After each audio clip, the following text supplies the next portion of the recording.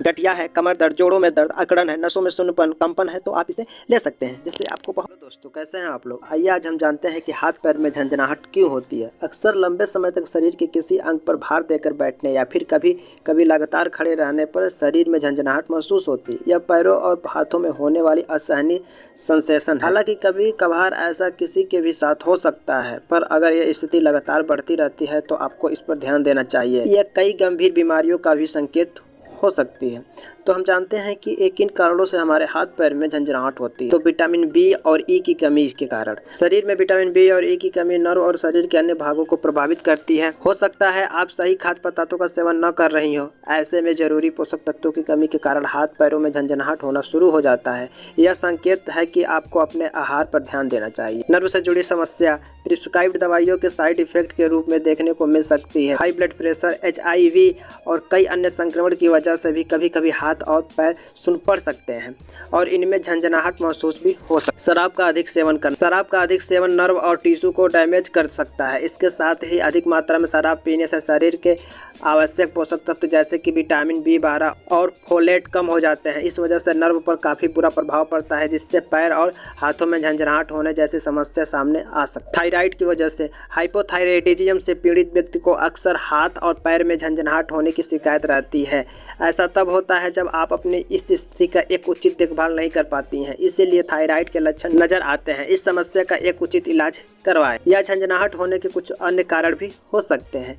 एक ही पोजीशन में लंबे समय तक खड़े या बैठने रहना। इस स्थिति में ब्लड सर्कुलेशन सही रूप से नहीं हो पाता है और दबाव पड़ता है और दबाव पड़ रही जगह पर झुंझुनाहट महसूस हो सकती है। नर्व और स्पाइन पर भी अधिक दबाव पड़ने से झुंझुनाहट हो सकती है। रेडिएशन थेरेपी नर्व को प्रभावित करती है और झुंझुनाहट जैसी समस्या का कारण बन सकती है।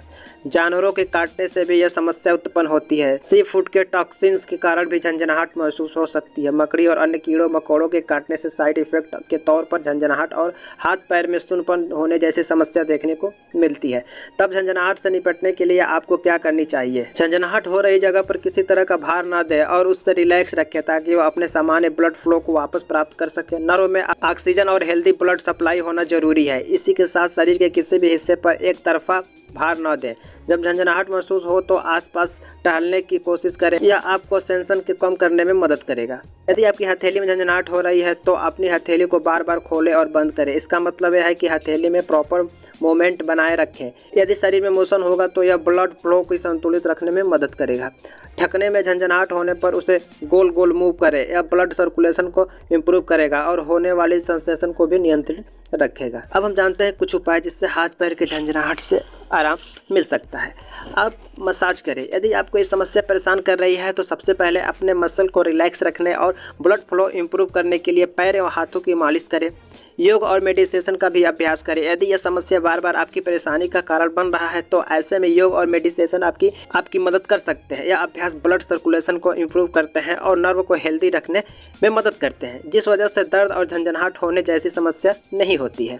अपने शरीर को ठंडा रखें। शरीर की गर्मी आपको झंझनाहट की समस्या को ट्रिगर कर सकती है। ऐसे में गर्म पानी में शावर लेने से बचें। साथ ही साथ ठंडी तासीर वाले खाद्य पदार्थों का सेवन करें। यह आपके शरीर के अंदर से ठंडक प्रदान करती है। वही गर्मियों के दिनों में खुद को टाइट कपड़ों में न पड़े। पर्याप्त नींद लें। हर रात एक उचित नींद लेने की कोशिश करें। आपका हेल्दी स्लीप झंझनाहट और दर्द होने जैसे समस्याओं को निजात पाने में मदद करता है।